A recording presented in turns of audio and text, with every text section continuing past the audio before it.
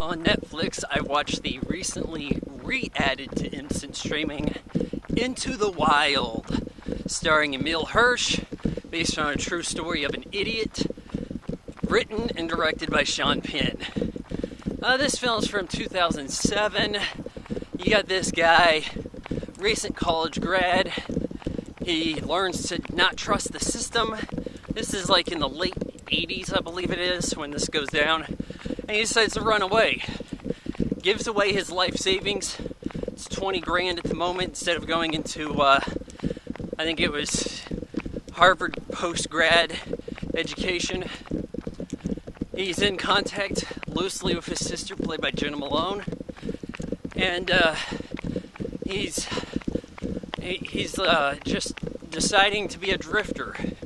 He's going to drift his way south, and then once I guess he figures he's trained enough living in various wilderness areas, just kind of slumming it there, his big master plan is to go north to Alaska. So along the way he bumps into people, and you kind of find how the character shapes their lives. But in some ways I feel the error of this movie is that the protagonist is not very interesting. Like, I just felt like this guy was stupid. So, you don't have any real training. You have a book on wild berries you can eat, and a backpack with like a tent, and you're going to Alaska. Now, the movie remains engaging. It's almost 2.5 hours. I think this is in part due to cutting between his endgame Alaska quest and the story of how he got into that predicament. So, yeah, we start out, we're seeing him up north, then we have the story of how he gets there. So he bumps into some hippies first, chills with them a little bit. It seems like this guy always has an easy break. The only time he actually has any trouble is riding the rail system. Cop throws him off and beats the crap out of him.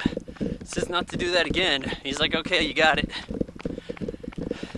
He goes and works on a farm for Vaughn, and Zach Galifianakis gives him wilderness survival tips, telling him how to prepare meat. And a lawnmower that way, but this might be tough to hear. So, he's getting a little bit of advice, but he's just a noob. He doesn't even have much of a personality other than, yeah, I read a lot of books. You know, reading a lot of books doesn't make you as smart as being the guy who wrote them. The more you know. So, that's this whole guy's thing. He's just observing. He runs back into the hippies because Vince Vaughn got arrested by the FBI for selling devices that get you free satellite TV. There wasn't really a satellite TV service at this time. They probably should have just had cable, because this was around 1990 when this was going down. So, yeah, he meets back up with the hippies, has a almost fling with Kristen Stewart before she got super annoying from the Twilight films. Though, thankfully, she's hardly in this. He turns her down, which was the good move. And then he hangs out with an old man for a bit.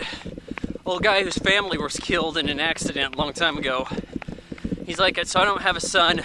My legacy ends here, but, you know, I could adopt you. You know, everything will be alright. And he's like, why don't we talk about this later?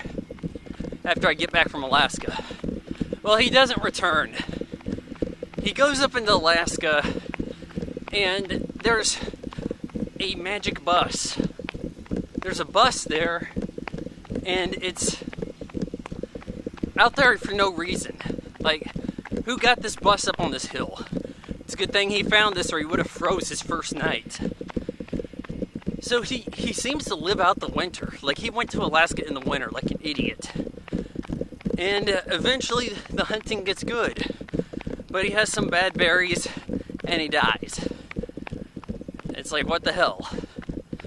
Like, you know, I know it's trying to reach for sadness.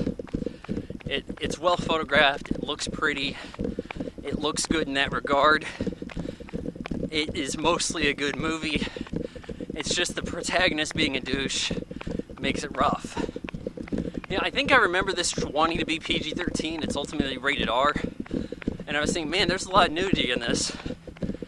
Fair amount of violence, what have you. Couldn't have possibly been PG-13. I think I remember there being controversy about that. Anyways, I give Into the Wild 3 out of 4 stars.